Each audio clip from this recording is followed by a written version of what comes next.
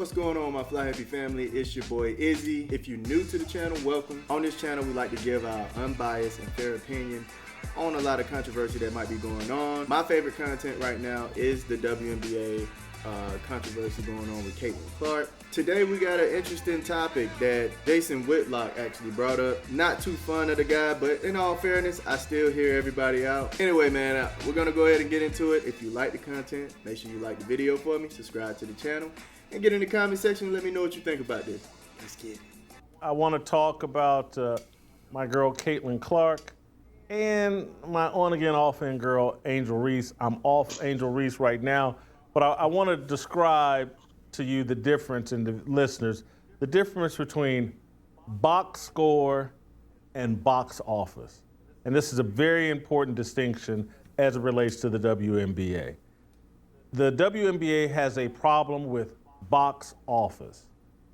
They want to focus everyone's attention on box score because they don't like the person who's bringing the box office, who's actually bringing the crowd, selling tickets, driving television ratings.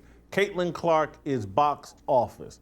The WNBA has suffered from a lack of box office. Caitlin Clark is clearly the most valuable player in the history of the WNBA. She's clearly the best rookie the WNBA has ever seen. She's clearly the rookie of the year in the WNBA halfway through.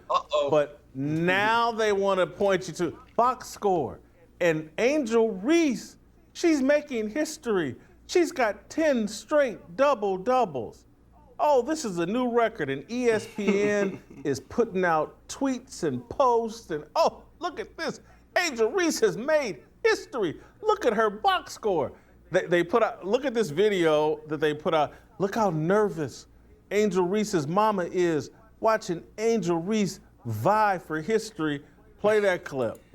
Before they play that clip, just to keep it fair, if he want to say that as far as like he's saying box office, I get where he's coming from. But Asia is still dropping more points, and she's looking like the most valuable player again this year. Hold on, I want to go to her stats. Okay. So yeah, she's still leading in points. Most of the time it's going off of what you averaging in points, right? Which is crazy though. Hold on. Oh yeah, Caitlin in 16. I can't go off the wall and say she MVP.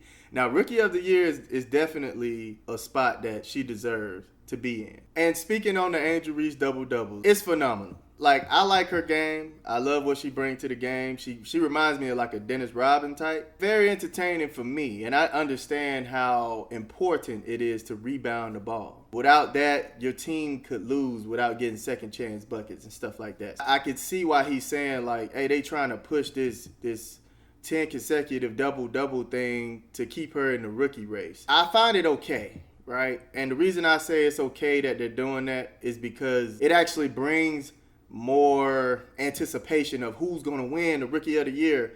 You know what I'm saying? The more anticipation you bring to a certain topic of the WNBA, the more people are going to watch, the more people are going to tune in, they're going to vote, they're going to voice their opinions about it. You know what I'm saying? So it kind of turns up the league. For history, play that clip. And Mom can't stand to watch.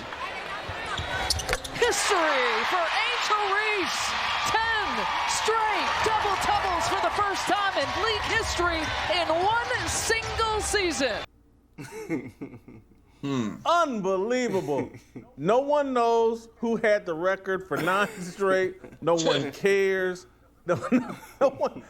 Who has the record even in the NBA? Do we have any clue who's had the most consecutive double-doubles? It's a distinction. It's not a record.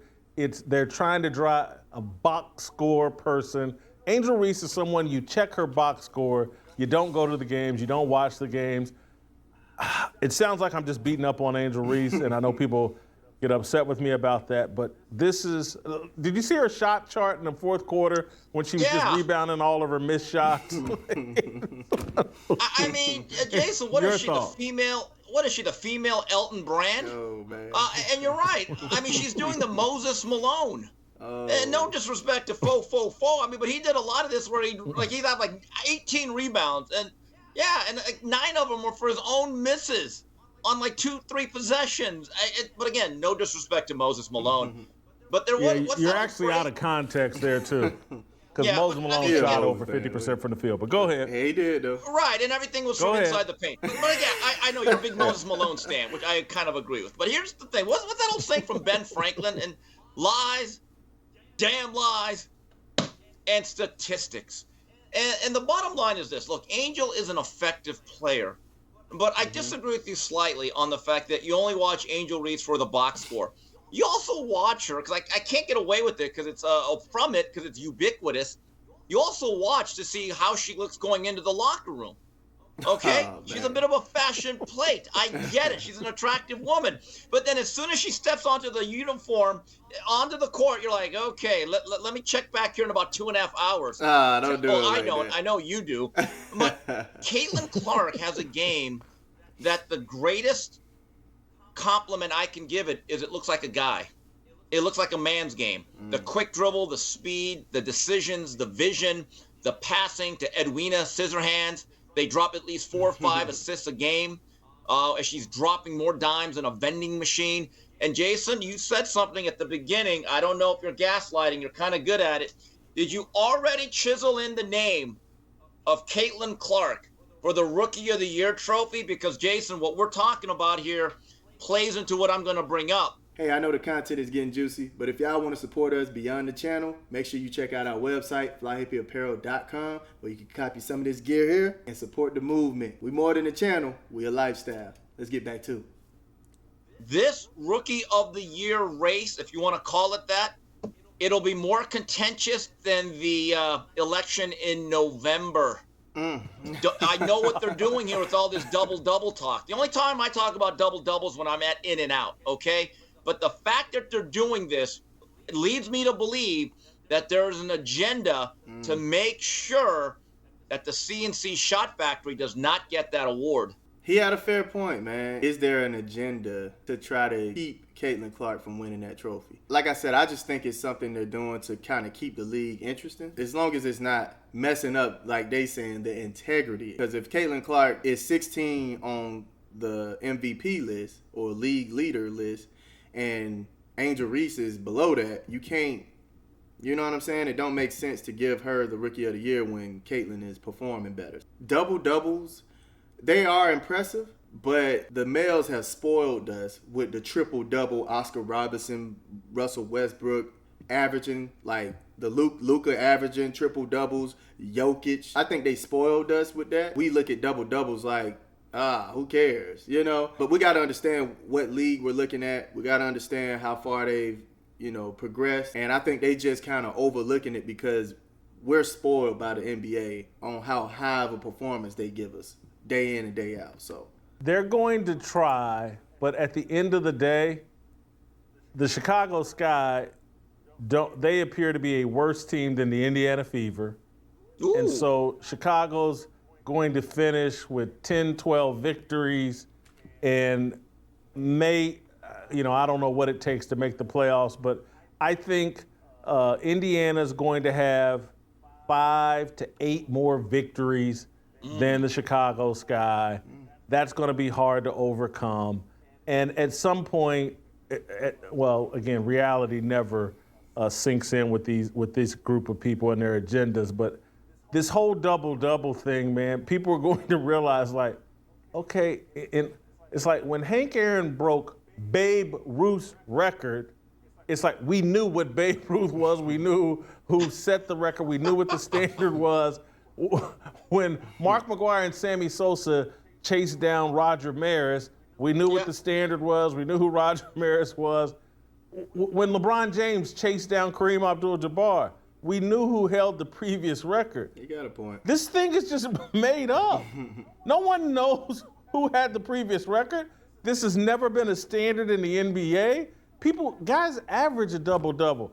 It was like when Russell Westbrook averaged a triple-double for the first time. We knew that Oscar Robertson was the last guy to do it. We're just making this whole box score thing up, and I just don't know if that's sustainable.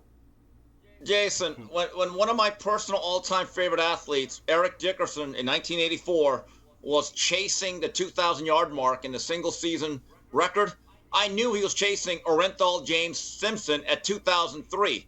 By the way, my guy Eric Dickerson, 21.05, but it took 16 games. Got to be fair about it. Now, here's the thing, Jason. Based on the style of play and the caliber of finishing or inability of the WNBA in the paint, I would argue it's much easier to get rebounds as a player of Angel Reese's size and strength than it is to get assists with girls who could not catch a cold buck naked in Antarctica. I'm just telling you, I know you can pick and choose clips. I see so many things on Twitter where Caitlin Clark will take 2 dribbles and just shoot a pass. I mean, down the court, setting up layups. And unless that ball is handed to these young ladies' hands, they're just dropping them all over. Now, look, I don't think that they're doing it on purpose. Let's get that out of the way. Yeah, I just think they're that uncoordinated and that unathletic. And I really think that Caitlin Clark's numbers to a certain degree are actually underrated based on, number one, her style of play, the fact she doesn't get the ball, she doesn't get a lot of support, the coaching's been bad. And these girls, as I said, are Edina Scissorhands. They cannot catch the ball consistently. I've actually moved off of criticizing her teammates as much because, and obviously I'm a Caitlin Clark groupie, but Caitlin Clark has to develop something other than the 27-footer because she nearly shot them out of yesterday's game in terms of her scoring droughts are very problematic, and it's because she's limited offensively to that 27-footer and point-blank layups. She's got to develop the rest of her game. To me, the passing, she almost had a triple-double yesterday. She's clearly the rookie of the year. She's clearly the best rookie we've ever seen in the WNBA. But there's some holes in her game.